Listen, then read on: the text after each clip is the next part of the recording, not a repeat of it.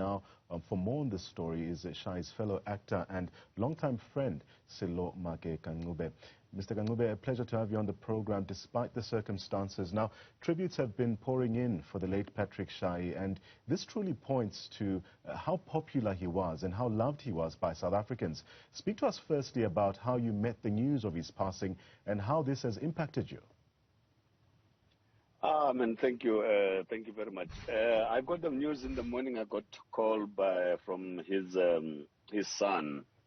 I mean, he was very distraught, and he told me that his father has passed away. And I was just, talk about a sucker punch. That was it. And I was really, really, really, really, even now, it's just with absolute and total disbelief that, Mutolo, that's how I used to call him. I used to call him Mutolo. And he used to call me Rakholo, and that happened because, I think, from his mother was from the Maake side. And then also, I think his grandfather, was my Christian name. I'm not going to mention it here, lest people, start using it, And and because I had the same name with my Christian name is the same as his grandfather, and he used to call me Rakholo. And I used to call him Mutloholo. And I'm shattered, man. I'm really shattered. Patrick, it's someone who, his passion for the acting craft, but apart from the acting craft, his passion for, I think, the well-being of society, even from the struggle days and leading up to now. He was a man, me and him actually, as far back as 1998, we raised our heads in talking against gender-based violence. It's a great loss. It's a great loss. Now, speaking about his acting career, Patrick Shai had a career that spanned decades, and he's become a household name after appearing on numerous television and theater productions, including Generations, Soul City, Yizo Yizo, and most recently, The River. Tell us a bit more about how you'll be remembering Patrick Shai, the actor. And that is Mutolo, that's what I would call him. Mutolo basically used to be, I remember seeing for the first time in Sophia Town. He was playing, a journalist that I think, the role was actually shaped around Ken Temper. And I remember seeing him and also just speaking the speeches, or the writings like Ken Temper. And he was my inspiration, actually, as far as Ken Temper was concerned. And as an actor, Patrick was just outstanding, bro. He was outstanding.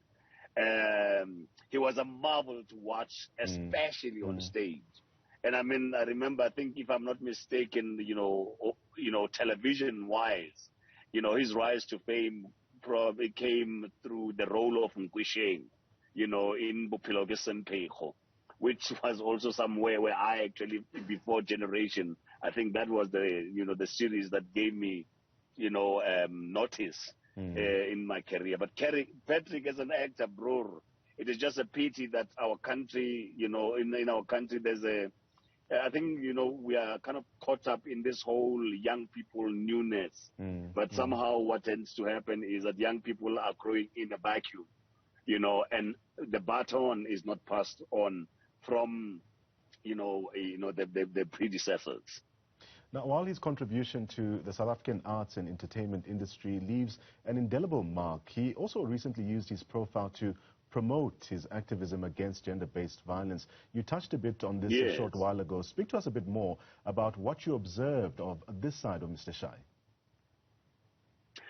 Bro, if ever you had seen, anybody who had seen Patrick Shai on the platform at a gender-based